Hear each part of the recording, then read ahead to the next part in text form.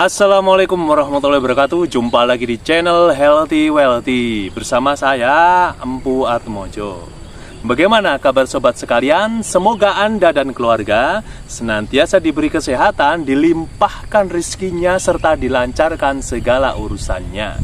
Nah, di episode kali ini saya ingin mengajak sobat sekalian untuk sama-sama belajar ya. Di sini kita sama-sama mendalami ada beberapa solusi bagi Anda yang ingin menjalani kehidupan sebagai seorang diabetes, pengidap diabetes secara sehat tanpa obat. Dalam hal ini, apakah diabetes itu bisa disembuhkan? Sebenarnya enggak. Benar jika ada statement bahwa diabetes nggak bisa sembuh. Tidak, tapi kita tetap bisa hidup sehat. Kita bisa menjalani kehidupan secara sehat, tidak terjadi komplikasi di tubuh kita, walaupun tanpa obat. Jadi dalam hal ini kita pakai bahasa yang sering digunakan oleh komunitas-komunitas diabetes ya, yaitu remisi. Apa itu? Sebuah pengampunan, sebuah keringanan hukuman ya, remisi itu. Jadi memang mungkin tidak bisa sembuh total karena itu kan sudah menjadi genetik kita nantinya ya, diabetes itu. Tapi dalam hal ini, ketika kita mendapatkan remisi, kita bisa menjalani hidup secara nikmat, tanpa komplikasi-komplikasi penyakit yang berbahaya. Sekaligus kita tetap, insya Allah ya, kita tetap bisa panjang umur secara sehat, dengan menstabilkan gula darah. Nah, di sini kita akan bicara beberapa solusinya. Setidaknya ada 4 poin saja. Yang pertama, nanti kita akan bahas mengenai pola makan. Jadi, sebagai seorang pengidap diabetes, pola makan yang benar ini seperti apa? Dalam rangka tidak bergantung kepada obat ya, obat-obatan kimia gitu. Yang kedua, kita akan bahas mengenai diet apa yang paling tepat ya. Intermittent fasting atau apa, nanti akan kita bahas. Yang ketiga, mengenai olahraga apa yang direkomendasikan untuk seorang yang mengidap diabetes. Kemudian yang keempat, ramuan-ramuan apa? Ya, kalau misalkan ada yang nggak terima dibilang ramuan herbal, ya nggak usah disebut ramuan herbal. Kita bilang saja ramuan yang membuat kita tidak bergantung pada kimia-kimia obat. Gitu ya. Di sini saya tidak jualan, saya juga tidak sedang menggurui Anda, saya juga bukan motivator bisnis. Ya. Di sini saya hanya ingin berbagi pengetahuan. Saya ingin meringkas agar lebih gampang sobat sekalian mendapatkan wawasan tertentu tentang penanganan diabetes agar ya mudah saja diakses ya. Maksud saya seperti itu. Jadi kita sama-sama belajar biar mudahnya orang ini menyimak ringkasan gitu ya. Setelah ini kita akan bahas satu persatu secara detail. Simak terus sampai habis. Oke, kita langsung ke poin yang pertama, yaitu pola makan. Ya. Sebenarnya apa yang harus dimakan seseorang dengan pengidap diabetes mellitus? Ya.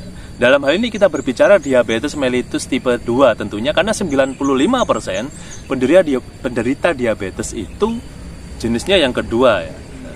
Jadi kita bicara itu lebih mudahnya. Saya tidak menerangkan apa itu diabetes mellitus karena pastinya sobat sekalian juga lebih tahu karena banyak sekali wacana di luar, banyak sekali literasi yang bisa disimak ya. Nah, di sini di poin pertama ini kita bicara mengenai pola makan. Perlu diketahui bahwa nutrisi dalam makanan itu setidaknya dibagi 2 besar, ada makronutrisi dan juga mikronutrisi. Yang makronutrisi ini ada 3 poin penting di mana kandungannya ialah protein, karbohidrat, dan juga lemak. Ya, sedangkan mikronutrisi ini ya ada multivitamin mineral yang dibutuhkan tubuh ya, ada vitamin A, B, C, D, dan seterusnya. Kemudian ada mineral seperti kalsium, kalium, zinc, magnesium, dan lain-lain seperti itu yang dibutuhkan tubuh. Nah, saat ini kita berbicara mengenai makronutrisinya. Ada protein, karbohidrat, dan juga lemak. Di antara ketiga ini, yang paling tinggi dan cepat dalam menaikkan gula darah itu ialah karbohidrat. Protein ini bahkan tidak secara signifikan menaikkan gula darah ya, sangat lambat dan sangat sedikit. Kemudian lemak, mungkin banyak yang beranggapan bahwa lemak itu buruk. Dalam hal ini, lemak sama sekali tidak menaikkan gula darah, tapi karbohidrat yang wajib dibatasi, wajib dikontrol untuk konsumsi karbohidratnya. Nah, kita perinci lagi, karbohidrat ini apa saja sih jenisnya? Karbohidrat ini setidaknya ada, kemudian yang jenis-jenisnya. Pertama gula. Gula dan sejenisnya ya, yang manis-manis ya, glukosa, fruktosa dan lain-lain. Kemudian yang kedua ada pati-patian ya. Dalam hal ini produk-produk seperti nasi, ya, semua jenis nasi, singkong, ubi, yang berpati-pati itu disebut zat tepung. Itu zat tepung ini juga perlu dikontrol konsumsinya. Yang ketiga ada serat. Serat makanan, oligofruktosa. Dalam hal ini ada dalam buah-buahan, ada dalam sayuran. Nah, karbohidrat, jenis karbohidrat yang tidak perlu dibatasi, silahkan dikonsumsi sebanyak-banyaknya, itu hanya serat ya. Sedangkan karbohidrat yang lain seperti kandungan gula dan juga zat tepung tadi ya, zat-zat pati itu harus dibatasi, itu diatur. Nah, kemudian bagaimana kalau kita dilarang untuk banyak-banyak mengonsumsi seperti nasi, singkong, zat-zat tepung lainnya? Terus penggantinya apa? Yang paling mudah dan paling baik, labu kuning. Nah, bagi yang muslim ya, dalam kitab Tibun Nabawi karya dari Ibnu Qayyim Al-Jauzi, itu Tibun Nabawi, pengobatan dalam Islam yang paling banyak dibahas itu menggunakan apa? Menggunakan labu kuning ya, bukan labu siam. Labu kuning, labu Halloween itu pengganti utama dari nasi, pakai labu kuning. Jangan malah perbanyak makan singkong, keliru. Nah, itu labu kuning. Kemudian apa lagi? Nah, kalau yang kayak tekstur tepung-tepung gitu ya, sagu. Ya, sagu itu bisa jadi pengganti. Dan lain-lain silahkan dipelajari sendiri. Intinya, karbohidrat yang jenis tadi itu harus dibatasi, dipres. Kemudian dari buah-buahan yang bagus ya ada jenis alpukat seperti itu dan lain-lain. Jadi untuk makanan tadi tambahan ya, jangan takut untuk goreng-gorengan seperti. Yang penting yang digoreng yang bagus ya, tahu, tempe, telur, ikan, daging, nggak masalah. Digoreng selama itu masih pakai minyak kelapa, itu masih bagus. Tumis juga nggak masalah. Anda makan sayur, nggak harus selalu direbus, mau ditumis nggak masalah. Cuman batasi, andai kata penggunaannya sudah masak tumis nih, tumis kangkung, ini masih lauknya masih telur goreng. Jadi nggak perlu, kalau perlu dikombinasikan misalkan. Oh iya, langsung yang kedua, ada namanya intermittent fasting ya. Puasa renggang-renggang. Orang-orang ya diet ya. Kalau dulu yang berat itu namanya diet karbo. Saya pun pernah menjalani diet karbo, memang luar biasa. Kekuatan kita bertambah, kelincahan, berat badan juga ideal, metabolisme tubuhnya bagus gitu. Intermittent fasting. Ada yang 14 jam, ada yang 16 jam diatur, ada yang puasanya malam hari, siangnya makan biasa. Ketika puasa itu rata-rata intermittent fasting ini mengonsumsi air tanpa kalori, jadi air saja gitu, nggak manis. Mengenai caranya Anda bisa cari kan di Google di mana-mana. Yang penting intermittent fasting ini sebenarnya hanya kita bebas makan apa saja di luar jam puasa itu. Kita misalkan mencanangkan puasa ini jam 5 sampai jam 7 malam ya. Ya kita ketika siang itu hanya minum air putih saja sebanyak mungkin.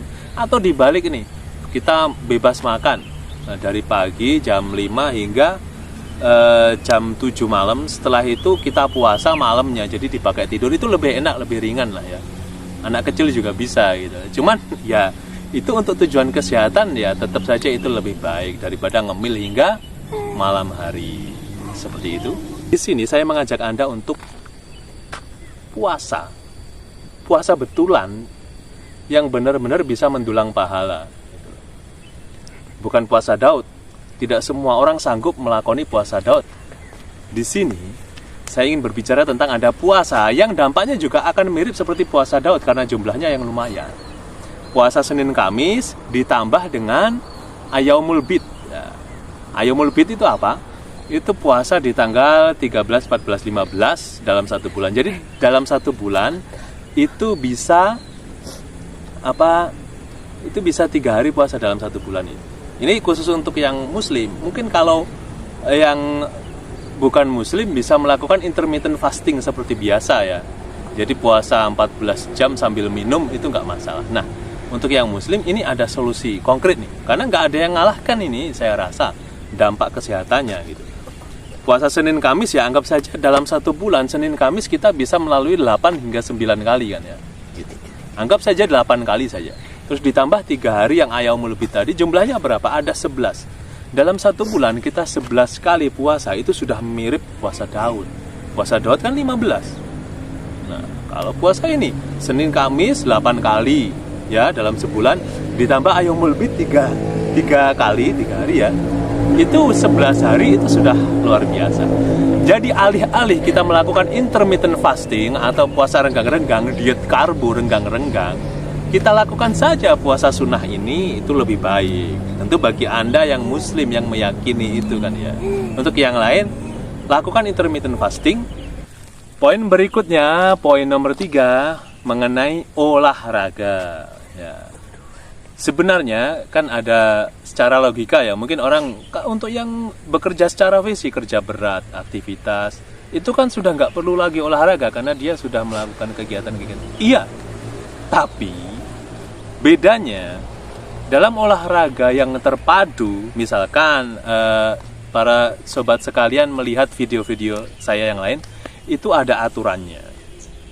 Fungsi dari olahraga yang teratur, maksudnya dengan teknik yang benar, itu ialah pertama, untuk menghindari cedera. Menghindari cedera, gunanya teknik pembelajaran dalam latihan, dalam olahraga itu pertama, menghindari atau meminimalisir cedera. Yang kedua, memaksimalkan efektivitasnya. Jadi kalau memang latihannya untuk melatih kekuatan otot, yaitu lebih efektif. Yang ketiga,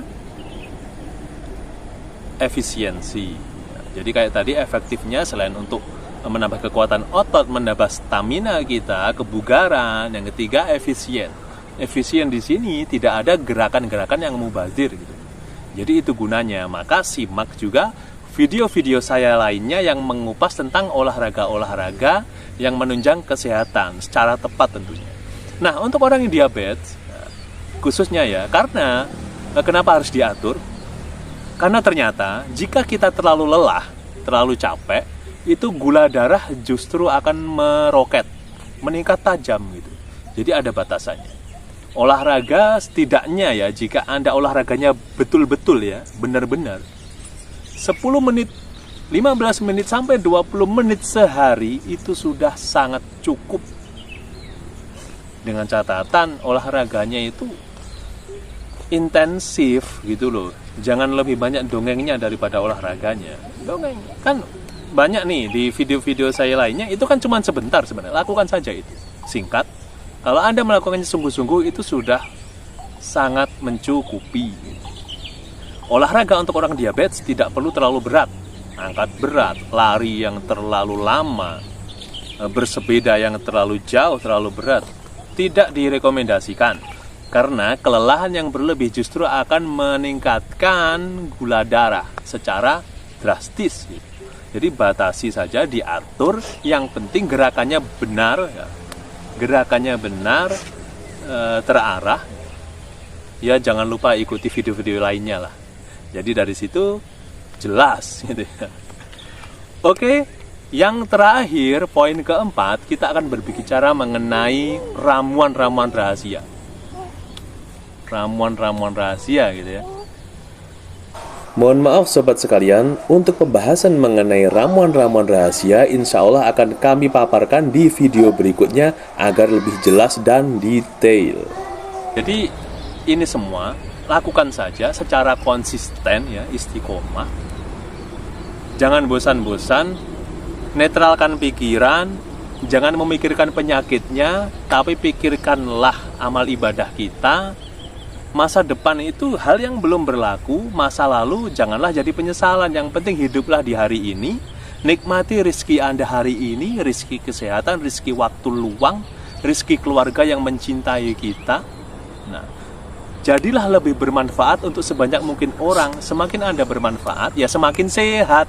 Ya, silakan dicoba di rumah. Andai kata belum paham, ya silakan diulangi dari awal. Ya. Terima kasih.